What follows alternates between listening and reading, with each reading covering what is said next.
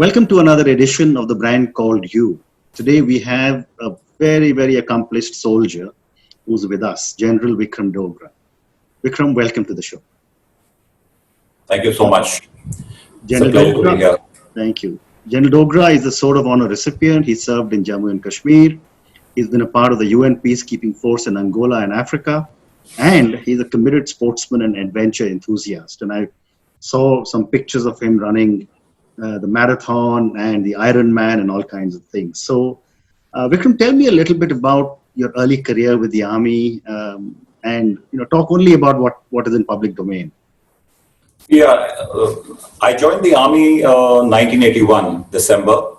So I will start from the Indian Military Academy. Actually, I am from the NDA, so I've done 3 years there, joined the Indian Military Academy, and I did reasonably well in the academy. I got the Sword of Honor and the gold medal for being first in the Order of Merit. And I joined one of the most highly decorated regiments of the Indian Army called the Pune Horse.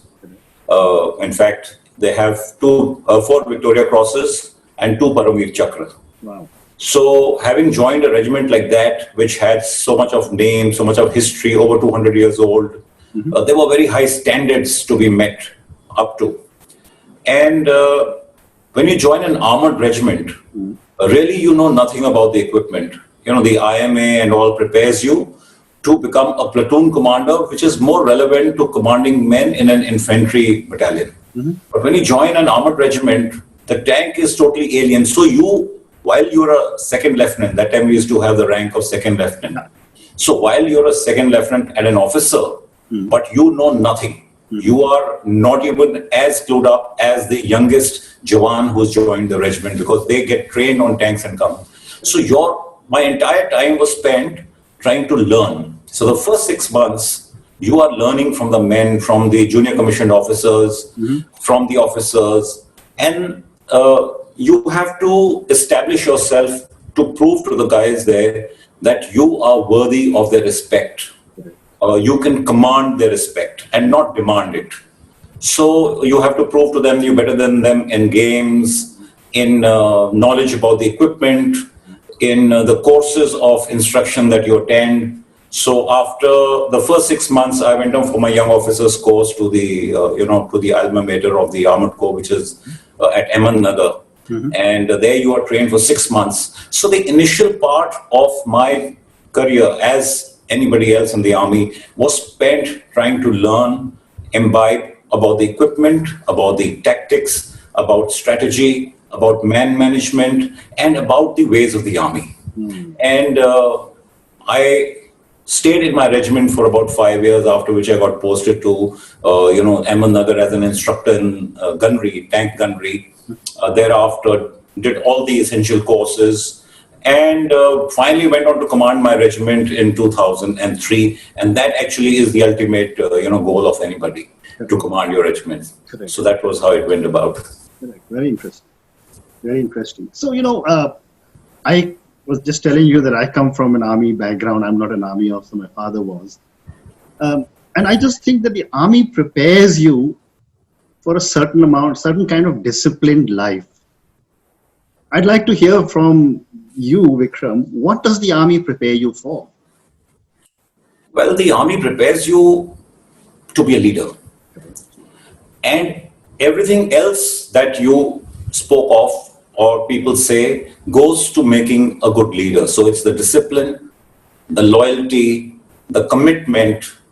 It teaches you decision-making, and decision-making to be done as fast as possible, as correctly as possible at that spur of the moment, because lives are dependent upon your decision.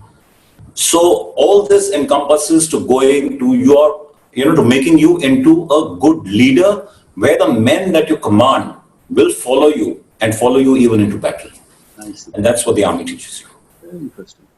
And you have served in Jammu and Kashmir, very difficult terrain to be in. And I've often wondered, what is it that motivates a soldier to give everything, that they have, even the ultimate sacrifice? What is it that motivates, people like us, who are not Army people, to give everything? It's not for the money. I know. It's not for the medals, Yeah. nor for the promotions or for any, recognition. But soldiers or officers sacrifice their lives for honor, for spirit de corps, for the passion or love for the unit, for the country, the training that they have received that prepares them and conditions them to do so. And if I was to sum it in three words that we use in the army, it's for the naam, the namak, and the nishan. Okay. And when you say naam, it's for the name of either your regiment, your army, and the country. These are the names that you fight for. And it's for the namak. It's the it's a loyalty that you have learned to extend for where you are. And for the flag, the nishan, the flag of your regiment, the flag of your country. And if I was to quote an old a very ancient poem on this, to every man upon this earth, death cometh sooner or later. How can a man die better than facing fearful odds for the ashes of his fathers and the temples of his gods? Amazing. So we use this philosophy and this kind of motivation to prepare ourselves for battle, and that's why people go and even sacrifice their lives. Very interesting. I was talking to some other senior officer, and I asked him a question. What is the difference between an Indian soldier, a Chinese soldier, and a soldier from our neighboring country, Pakistan? And he gave me a very interesting response. He says one country fights for its religion, another soldier fights for his party. Indian soldier fights for his mother. Sure. And I was so amazed at that answer. I thought, what are your thoughts? Well, here I would constitute mother as a country. Mother Earth. Yeah. So it's all encompassing. Exactly what I said. Yeah. Very true. So I'd love to hear your thoughts on what is happening on the line of actual control these days. So much has been spoken about what's happening there, and what is happening there is really not happening there for the first time. We are aware this has been going on ever since the last encounter took place. Not encounter; it was a big battle, and there was a debacle. This is in 1962, isn't it? Correct. Yeah. And then periodically over the years, it's been happening, and it did happen 2 years ago also, which we saw. It was in the news, and this time again it's in the news, probably more this time because of firstly the transparency, and secondly we lost people. Right. And because we lost people, it has gained everybody's interest. Now there are so what I'm going to say is actually already known to everybody, and there are perceptional differences between what we consider our line and their line. Absolutely. And then there is the actual control areas. Correct. And there was an overlap. We were patrolling into their side, they were patrolling into our side, and that continues even today. Right. So there have been some, shifting of positions, which my information is all from media. I don't have any information directly. So I would say that the situation is alarming, because this time the Chinese have, taken a stand stronger than they have before. Right. And I think we need to prepare for a longer haul, considering the kind of build-up which is being reported on their side. Build-up has taken place on our side. And we are in a kind of a face-off, which has the potential of not really turning into an all-out war, because I don't think any of the nations can afford that. Right. But surely maybe into a local, skirmish at the end. But sure, we need to keep monitoring and watching. Nice. So let's move on. You've served with the UN peacekeeping force, and I understand India is one of the largest providers of soldiers to the UN peacekeeping That's force. true. What is the experience of working as a part of a UN peacekeeping force? Because in the army in India, you're working with diverse regiments and diverse kinds of people, but now you're working with diverse countries.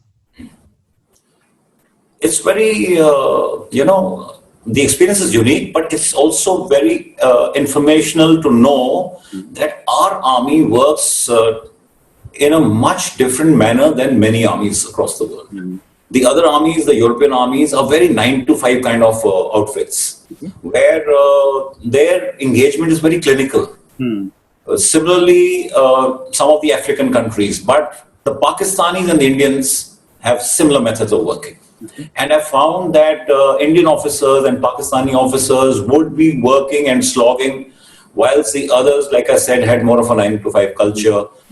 Come 5 o'clock, pack up, leave, weekends off. So that was something that I learned. And I think our regimentation, our discipline, the kind of activity we do within our units is much more regimented and controlled than theirs, which leads to better training, better morale, better efficiency for the same task done. So in the UN, everybody would want Indian troops to be located wherever they found there was some kind of danger, or where they might be exposed to fire from the hostiles which were there. They all preferred Indian troops to be there, just for this reason that they were more dedicated and more reliable. Right, very interesting. So now moving on to you, and something that you are doing, you have been running the Ironman, and I know it's a very, very grueling race. What motivates you to push yourself for such extreme sports? Well, I think I learned early in life that if you have made a goal or if you have a mission, then you must commit yourself 100% to that mission. And that continued as a way of life, at least in my journey till now. And similarly, so when I was towards the end of my service in the army, I had already spent 37 years, and I found that there were hardly any challenges left at work, because you have learned everything there is to know about the army, and usually at office did not throw up some special challenges. I felt I needed a challenge, and because I needed the challenge, I found this event called the Ironman. And having decided to do the Ironman, then, like I said, once you made a mission and a goal, then you need to commit yourself. And that's what motivated me to give it my best shot. And I trained for 18 months to do the Ironman. And which are the places you've run this Ironman? I have done it in 2 places. That was the first one I did was in Austria, which was on 1st of July 2018. And the second one I did was in Germany, Hamburg, which was last year, 28th of July. And then I did a 70.3, which is actually a half Ironman in Goa in October last year, which was the first time they were holding it in India. And I was intending to do one this year, but they've all been cancelled because of this pandemic. Hopefully, maybe next year or the year after that, we would start off again. And I have friends who run the Ironman, and I see they go through some incredible amount of training. How do you prepare for such a grueling sport? It all starts with the mind. Okay. So you have to first convince yourself that you can do it, because all the endurance which comes starts with the mental endurance and then the physical endurance. So having conditioned myself to say, yes, okay, I can do it, I made up my mind. And then, of course, is the physical training, because you have to swim 3.8 kilometers. I had never swum that much. You need to cycle 180 kilometers, and you need to run 42.2 kilometers. And I had never run a marathon of 42 before, and I never ran one even during my training. The first marathon I went and ran was in Austria on the day of the event, which was, the culmination of the Ironman. But training takes long hours. Just to give an idea, if you have to swim 3.8 kilometers, it would take you between 1 to 2 hours. And cycle 180 kilometers is 6 to 7 hours. And I'm talking of reasonably good sports people. And a marathon takes between 4 to 5 hours. And this becomes more difficult if you are working. I was spending 10 hours at office and then coming back and running from 7 at night to 10 at night. Wow. Cycling on a weekend from Saturday night, 2 o'clock to Sunday morning, 7, 8 o'clock, because you have, the pollution is there, the traffic is there, the sun, the heat, So all that is marginally less if you do it at night. Yeah. So you have to find ways and means, and that is the kind of preparation required. And like I said, 18 months, and that was adequate to train me to do this. Amazing. I mean, just for our listeners, 180 kilometers is almost like going from Delhi to Jaipur. That's right. Yeah. Or from Delhi to Missouri. I mean, these are long distances. Amazing. Well, good luck to you. Yeah, thank you. So I have two more questions before I come to some personal questions. Vikram, this is the age of millennials. How is the Indian Army adapting to this very, very different mindset that millennials are bringing into our country, into every sphere of life? You know, the Army as an organization is centuries old and it is steeped in tradition. Okay. So while the millennials come in with a different mindset, I think it's, they don't really affect the Army's functioning very much, nor impact it. They would get conformed slowly, of course, with a lot of resistance and a lot of, bitterness, but they get steeped into what the Army functioning is. Right. And I have seen over the years, while there has been change, they come with lots of technical skills, more questions to be asked, questioning, asking for accountability, transparency, all those stuff, and all that is good. And when they get molded into the way the Army functions, it just improves the functioning. The positive aspects of it go up. There may be some negative aspects also of social media and stuff. You must have heard of the Army now banning Facebook and WhatsApp groups and stuff like that, which is probably the flip side of this. But I would feel on the whole they are contributing positively and being channelized into what the Army's customs, routine, SOPs, drills, like we call them, are existing. So it's a good mix. Very interesting. So my last question to you, and that is that there are a lot of young soldiers, officers who may watch our interview, who are looking all starry-eyed at a general who's made it big in the Army. What would your advice be to a youngster who's starting off life in the Army? I would tell him that life in the Army actually is not only a career, it's a way of life. And having joined the Army, you must try and amalgamate with what is existing. And that's going back to the last question you asked me of, people coming in, how do they impact the Army? It's more important for the person coming in to amalgamate, to respect the customs, and what will see you go ahead is knowledge. You must have knowledge about your equipment and about tactics and strategy, military history. You must have knowledge about your men. You need to rub shoulders with them. Now that is something which doesn't happen easily in the people who join today. But it is essential because the entire efficiency of the machine depends upon the human relationships between the leaders and the led. Right. So you need to rub shoulders, you need to dirty your hands with them, you need to know about them, about their families, about their problems, about their monetary issues, whatever there is to know about your men must be known, because that will improve the officer-man relationship, or the bonding which you have, because that bonding is very essential. Your lives depend upon each other. And therefore, you have to create that bond. So if they go in for it in the manner which, this is also propagated in the academies, in the units, then knowledge, respect for your men, and knowledge about your men, about your tactics, about your profession, and lastly, but not the least, your own honor, your self-esteem. Do not bow down just for small gains or small issues, because you will meet people all your lives who will try and coerce you to do things which may benefit them or benefit something else. So you need to maintain your honor. I think that would be, in a nutshell, what I would like to tell them. That's fantastic advice. So a few questions for you now personally. All of us have people who have influence on our lives. My question to you is, are there people who've had an influence on you? And if yes, what have you learned from them? Yes, of course, people have influenced my lives, and the people who influenced my lives the most were my mother and my father.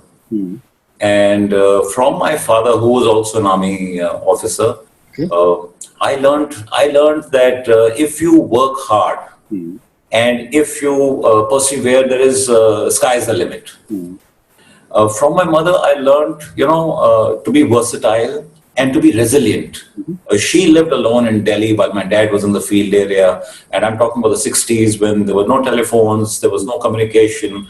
And single-handedly, she managed the family, the kids. And I learned that, determination and resilience from her. I also used to admire the German army a lot because, that was the time when I was growing up. There were these comics where they had a lot of stories and movies about Germans. And so you saw them very crisp, very immaculately dressed, very proper in their behavior. And I tried to emulate them through my service. So I think these three, the two people and the German army had a great influence on me. Your third influence is a very interesting influence. I've never heard that from anyone, but you're so right about it. Well, it's realistic. It's actually what happened to me. Very true. So my next question is that, I've got a new book coming out on failure. So, I've been asking this from a lot of people just for my understanding. My question to you is that what have been some of your learnings from some of your mistakes? Well, my biggest learning has been to drop the past and walk the present. I realized, maybe late, but I realized that you can't change what has happened. And there is no way you can predict what's going to happen. And so happiness comes in living in the moment and doing what you can control. So controlling what you can control and not bickering about what has happened. Very interesting. The next question is that if you were a role model to millions of children who closely followed you and emulated your life choices, what would be the one thing you would change in yourself? I think I would become more approachable. I would become more interactive on social media. I would like to share with them skills that I gathered during my journey of 40 years in the army, so that they can learn from my mistakes and they can learn from where I succeeded. And probably these things, if I can be more approachable and accessible, would help them make it better in their lives. Fantastic. So time for two more questions. My next question is that how often do you step back and reflect on where you are headed? Almost every day. I think it's very essential to step back. Step back and introspect and find out what went wrong or what went on well. And it is essential to make, to keep improving your strategy. And I feel this is more essential in relationships. Because relationships are very delicate and they need constant review because we tend to, over a period of time, take people who are close to us for granted. So in relationships, you might have to probably introspect more often, but in your professional or other spheres, introspection may be slightly less often, but it's very essential. Wonderful. And my last question, Vikram, would be that what would be three adjectives that describe you? Determined, loyal, and passionate. Very nice. Vikram, thank you very much. It's been such a pleasure speaking to you. Thank you, Ashutosh. It's been a pleasure. Lots of success in the new innings that you are now starting. Thank you. Which I'm sure will be fantastic. Thank you very much.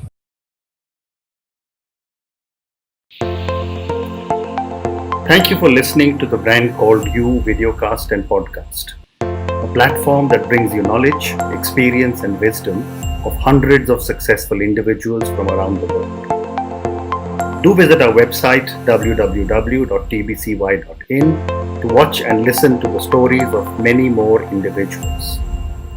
You can also follow us on YouTube, Facebook, Instagram, and Twitter. Just search for the brand called You.